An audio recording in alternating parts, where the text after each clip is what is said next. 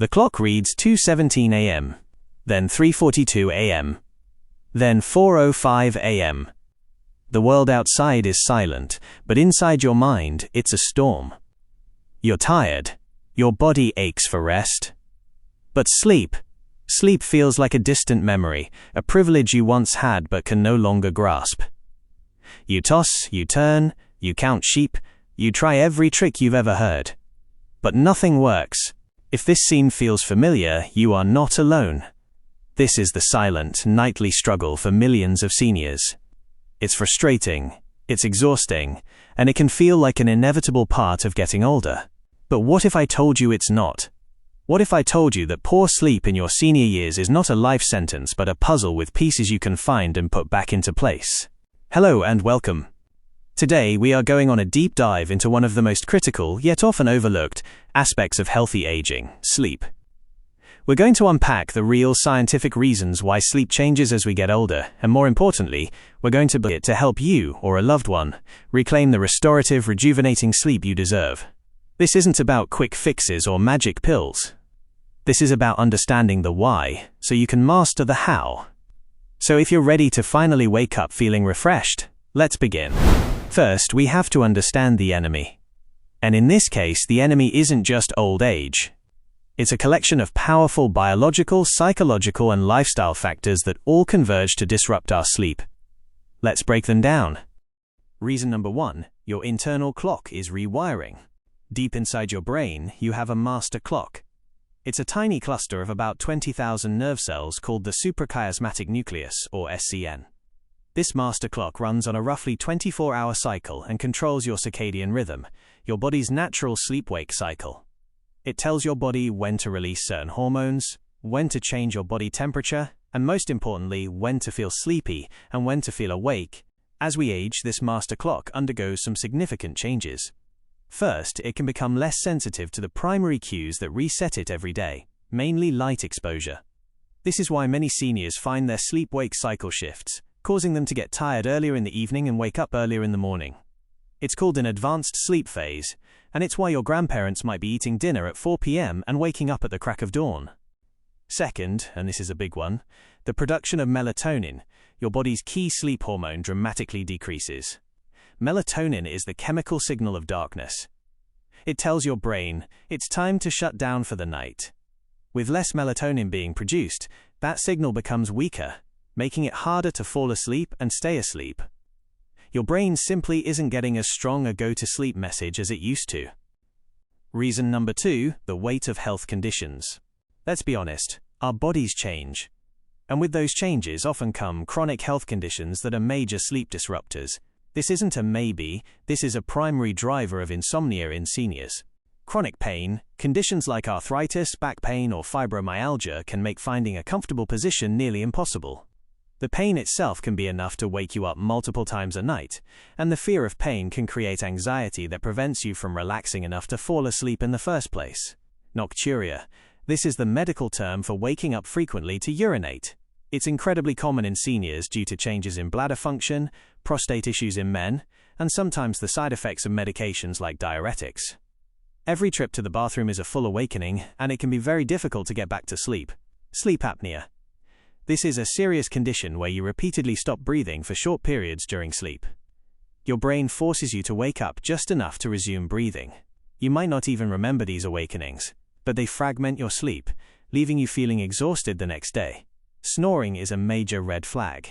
Restless leg syndrome, RLS. This is an overwhelming urge to move your legs, usually accompanied by uncomfortable crawling or tingling sensations. It's often worst in the evening and at night, precisely when you're trying to lie still and sleep.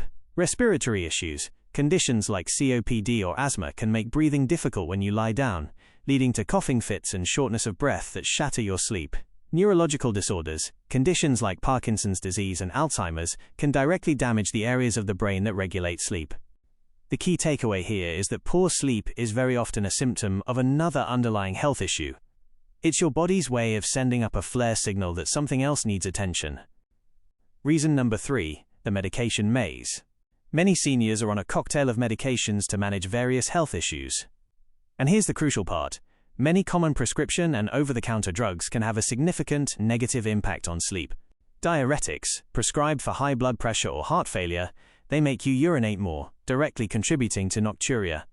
Beta blockers. Also for blood pressure, they can decrease the body's natural secretion of melatonin at night. Antidepressants. Some, like SSRIs, can cause insomnia or restless legs. Steroids. Often used for inflammation, they can cause jitteriness, energy, and alertness that make it impossible to sleep. Antihistamines. While some older antihistamines like Benadryl are used as sleep aids, they can lead to next-day grogginess, confusion, and even contribute to dementia risk with long-term use. Newer, non-drowsy antihistamines don't typically cause this, but the point is, it's a complex landscape. This is not a reason to panic or stop taking your medication. It is a reason to have a conversation with your doctor. Bring up your sleep problems and ask if any of your current medications could be a contributing factor. There may be alternative dosing times or different medications that are less disruptive to your sleep. Reason number 4, the mental and emotional load. Finally, we can't ignore the mind. The golden years, while having many joys, can also bring significant psychological stresses that are incredibly potent sleep thieves. Anxiety and depression, these are not just young people's problems. Concerns about health, finances, or the loss of a spouse can lead to a state of constant, low-grade, or high-grade anxiety. At 3 a.m., with no distractions, your mind can become a runaway train of what-ifs. Depression can also cause sleep disturbances, either sleeping too much or too little. Grief and loneliness. Losing friends, a spouse, or a sense of purpose can create a profound sense of loneliness and grief. The quiet of the night can amplify these feelings, making the bed feel less like a sanctuary and more like an isolating space. Reduced structure. For many, retirement means a loss of the daily routine that dictated their lives for decades. Without the need to get up for work, the natural anchors of the day can disappear, leading to erratic sleep schedules. So, you see? It's not just one thing. It's a perfect storm, a rewiring biological clock, physical health challenges, a complex mix of medications, and a heavy mental and emotional load. It's no wonder sleep feels so elusive. But now that we understand the why, we can finally, effectively, tackle the how. This is where we take back control. We are going to build a new foundation for sleep using what I call the 5 pillars of restorative senior sleep. These are interconnected strategies that address the root causes we just discussed. Pillar 1. Optimize your sleep environment, the cave method. Your bedroom should be a sanctuary for sleep, period. It's not an office, a dining room, or a TV lounge. I want you to think of it as a cave. C is for cool. Your body temperature naturally drops to initiate sleep. A cool room, typically between 60 to 67 degrees Fahrenheit or 15 to 19 degrees Celsius, facilitates this process. A is for absolutely dark. Light is the most powerful signal to your brain that it's time to be awake. Use blackout curtains, wear an eye mask, and cover or remove any electronic lights. Even the small glow from a smoke detector can be disruptive. V is for virtually silent. Block out disruptive noises with earplugs, a white noise machine, or a fan. Consistent, low-level sound is much better than sudden, jarring noises. E is for electronic-free. The blue light emitted by phones, tablets, and TVs suppresses melatonin production. Make your bedroom a no-screen zone for at least an hour before bed. The bed is for 2 things: sleep and intimacy. That's it. Pillar 2. Reclaim your schedule, the daily rhythm reset. This pillar is all about reinforcing that weakened internal clock we talked about. Be a clock watcher, in a good way. Go to bed and wake up at the same time every single day. Yes, even on weekends. This is the single most effective way to stabilize your circadian rhythm. Consistency is king. Embrace morning sunlight. Within 30 minutes of waking, get 10 to 15 minutes of direct sunlight. Don't look at the sun, but be outside or by a very bright window. This light exposure is a powerful reset button for your master clock, anchoring your wake-up time and helping your body know when to release melatonin later that night. Move your body, gently. Regular physical activity is fantastic for sleep. But timing is key. Aim for gentle exercise like walking, swimming, tai chi, or yoga in the morning or afternoon.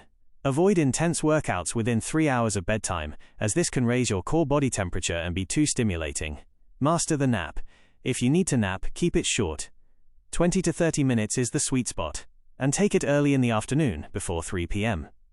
A long or late nap can steal the sleep pressure you need to fall asleep at night. Pillar 3. The mind-body wind-down. You can't go from 100 miles an hour to 0. You need a transition period. Create a 30 to 60-minute power-down routine before bed. For the body, take a warm bath or shower. The subsequent drop in body temperature after you get out mimics the natural drop that induces sleep. Sip a caffeine-free, calming tea like chamomile or valerian. Avoid large meals, spicy foods, and excessive fluids close to bedtime. For the mind, this is crucial for quieting that 3 a.m. storm. Journaling. Spend 10 minutes writing down your worries, your to-do list for tomorrow, or things you're grateful for. Getting them out of your head and onto paper can provide immense relief. Mindfulness or meditation. Use a guided meditation app like Calm or Headspace, or simply practice deep, slow breathing. Inhale for 4 seconds, hold for 7, exhale for 8. This activates the parasympathetic nervous system, your body's rest and digest mode. Read a real book, not on a screen. A physical book with soft, warm lighting is a perfect way to disengage from the world. Pillar 4. Smart supplement and medication management. This is where we bridge the gap with professional help. Talk to your doctor. This is non-negotiable. Schedule an appointment specifically to discuss your sleep. Bring a sleep diary for a week or two, noting when you go to bed, when you wake up, how many times you wake up, and how you feel during the day. Review your meds. As we discussed, review all your medications, prescription and over-the-counter, with your doctor or pharmacist. Ask if any could be interfering with your sleep and if there are alternatives. Consider supplements, with caution. Melatonin. This can be helpful, but it's not a sedative. It's a chronobiotic, meaning it helps shift the timing of your clock. A low dose, 0.5 mg to 1 mg, taken 1 to 2 hours before your desired bedtime is often more effective than a high dose. Talk to your doctor first. Magnesium. Magnesium glycinate or citrate can have a calming effect on the nervous system. L-theanine, an amino acid found in green tea that can promote relaxation without drowsiness. Remember, these are tools, not cures. They work best when combined with the behavioral and environmental changes in the other pillars. Pillar 5. When to seek specialized care. If you've tried all of this and you're still struggling, it's time to see a specialist. Cognitive behavioral therapy for insomnia, CBTI. This is the gold standard, first-line treatment for chronic insomnia. It's more effective than sleeping pills in the long run. A therapist will help you identify and change the thoughts and behaviors that are preventing you from sleeping. It's about relearning how to sleep. Sleep study. If your doctor suspects a condition like sleep apnea, they will refer you for a polysomnography or sleep study. You'll sleep overnight in a lab while they monitor your brain waves, heart rate, breathing, and movements. This provides definitive data to diagnose and treat underlying sleep disorders. Sleep specialist. A board-certified sleep medicine physician is an expert in this entire field and can create a tailored treatment plan for you. So there you have it, the complete picture. We've journeyed from the complex why, the rewiring clocks, the physical challenges, the medication maze, and the emotional weight, to the empowering how, your 5 pillars for building a new, healthy relationship with sleep. This is not a quick fix. It's a process. It requires patience, consistency, and self-compassion. Some nights will be better than others. But by implementing these strategies, you are giving yourself the best possible chance to win the battle. You deserve to wake up feeling rested, energized, and ready to embrace the day. Sleep is not a luxury, it is a fundamental pillar of your health, every bit as important as diet and exercise. It is the foundation upon which a vibrant, healthy, and joyful senior life is built. Thank you so much for watching. If you found this guide helpful, please give this video a like and consider subscribing to our channel for more in-depth content on healthy aging. More importantly, if you know someone, a parent, a grandparent, a friend who is struggling with their sleep, please share this video with them. It could be the first step they need toward a better night's rest. Now I want to hear from you. Leave a comment below with the single biggest challenge you face with your sleep, or share one tip that has made a difference for you. Let's create a supportive community where we can all learn from each other. Take care of yourselves, and I wish you all a peaceful and restful night's sleep. Good night.